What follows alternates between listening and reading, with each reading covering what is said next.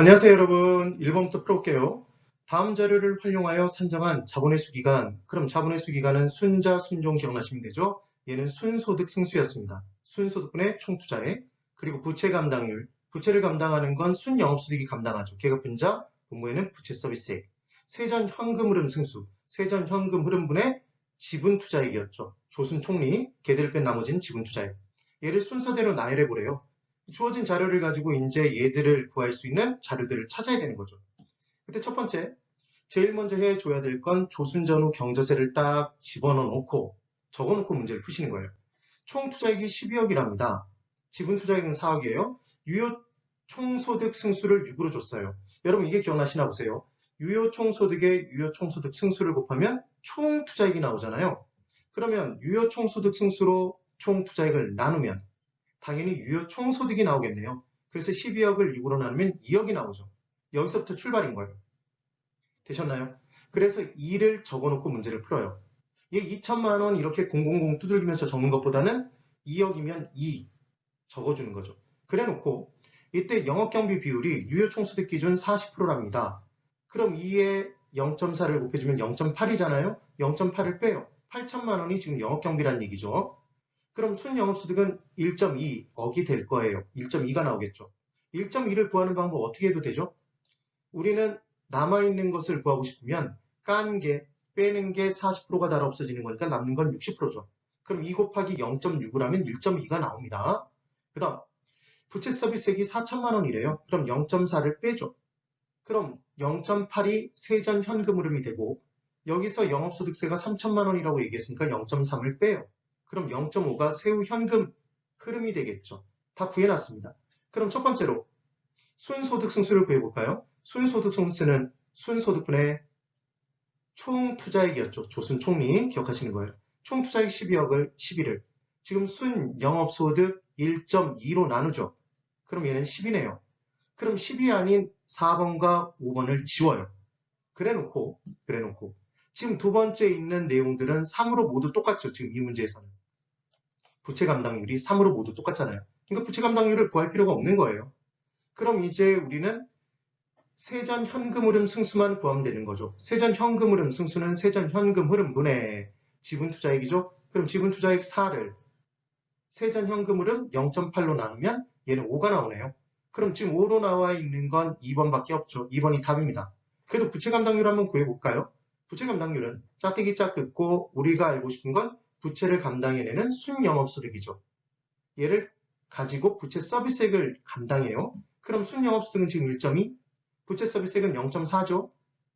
그럼 얘는 3이 나오잖아요. 이해하실 수 있겠나요? 이렇게 문제를 풀어주시는 겁니다. 1번은 2번이에요. 2번, 부동산 투자회사 법령상 부동산 투자회사에 관한 설명으로 옳은 것. 부동산 투자회사에서는 5라는 숫자가 제일 중요해요. 자산은 누가 지켜요, 여러분? 독수리 오형제가 지구를 지키고 자산은 이때 5인 이상이 지키는 거죠. 그 다음 5억이 기준이었다는 게 기억나시면 돼요. 1번, 부동산 투자 회사는 설립 시 현물 출자가 불가능하죠. 최저자본금을 확충한 상태에서는 현물 출자가 가능합니다. 그때도 부동산 투자 회사니까 부동산과 관련된 자산으로만 가능하죠. 부동산만 가능하다 그러면 X였어요.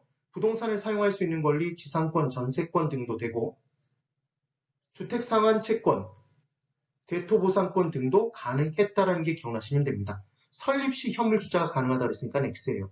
2번, 자기관리 부동산 투자회사의 설립자본금은 나오자마자 마치자고 그랬죠? 나오자마자. 그래서 5억이었어요. 5억 원이네요. 이때 최저자본금 규모는 2를 더하고 10을 곱하죠. 70억이었습니다. 그럼 위탁관리와 기업 구조조정 리츠는 거기서 2를 뺀 3억 출발, 2를 더해서 5에 10을 곱한 50억이었죠. 기억해 두시면 돼요. 그 다음, 그래서 지금 2번이 맞고요. 3번, 감정평가사 공인중개사는 자산운용 전문 인력이에요. 그런데 중요한 건 몇 년 이상 묵어야 된다고요? 5년 이상이었죠. 몇 인 이상? 5인 이상이었어요.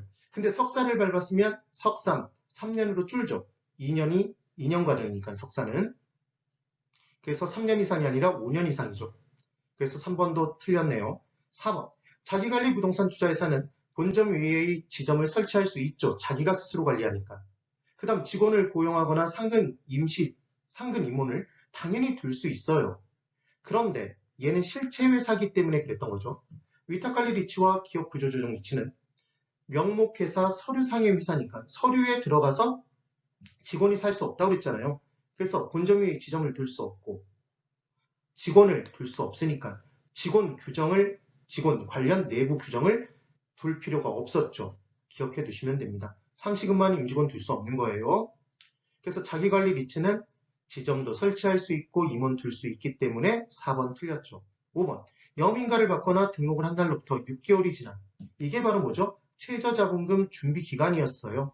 기업 구조조정 부동산 투자회사는 3억부터 출발해서 2 더해서 10 곱하죠.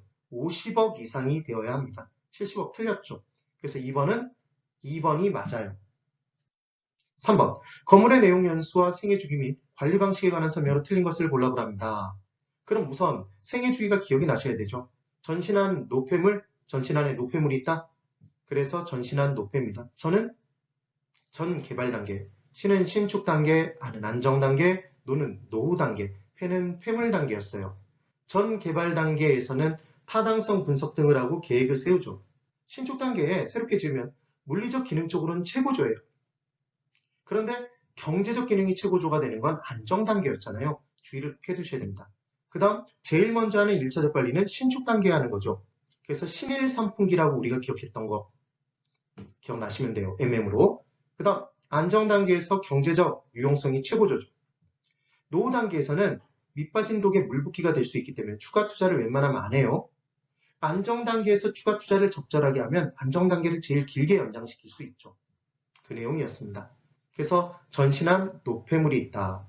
신일 선풍기 기억해 주시면 됩니다. 자, 이제 1번. 건물과 부지의 부적응. 그럼 건물과 부지의 부적응은 내부적 균형의 관계를 따지는 거잖아요. 설계 불량, 설비 불량, 건물의 외관과 디자인의 낙후는 기능이 저하되는 거죠. 기능적 내용 연수에 영향을 미칩니다. 2번. 인근 지역의 변화, 인근 환경과 건물의 부적합, 해당 지역 건축물의 시장성의 감퇴는 대상 부동산을 둘러싼 주변 지역의 상태가 나빠져서 대상 부동산의 경제적 가치가 떨어지는 거잖아요. 경제적 내용 연수에 영향을 미치죠. 경제적 감가와 관련이 있었습니다. 3번. 건물의 생애주기 단계 중 신축 단계에서는 건물은 물리적, 기능적으로는 최고조예요. 새롭게 지었으니까. 그런데 경제적 유용성이 최고가 되는 건 언제라고요? 안정적일 때죠. 안정 단계입니다. 지금 3번이 틀렸죠. 4번. 건물의 생애주기 단계 중 신축 단계에서 1차적인 관리 조치가 이루어진다. 맞네요. 신일 선풍기. 5번. 건물의 관리에 있어서 재무 회계 관리, 시설 이용, 임대차 계약, 인력 관리 위탁하고 맡겼대요. 전문가에게. 청소를 포함한 그 외의 나머지를 소유자가 직접 한대요. 그럼 섞여 있죠, 여러분? 이게 무슨 관리예요? 혼합 관리죠. 그래서 혼합 관리의 가장 큰 단점은 문제 발생 시 책임 소재가 불분명하죠. 꼭 기억을 해두시면 됩니다. 네, 오늘 여기까지입니다. 대단히 수고 많으셨습니다.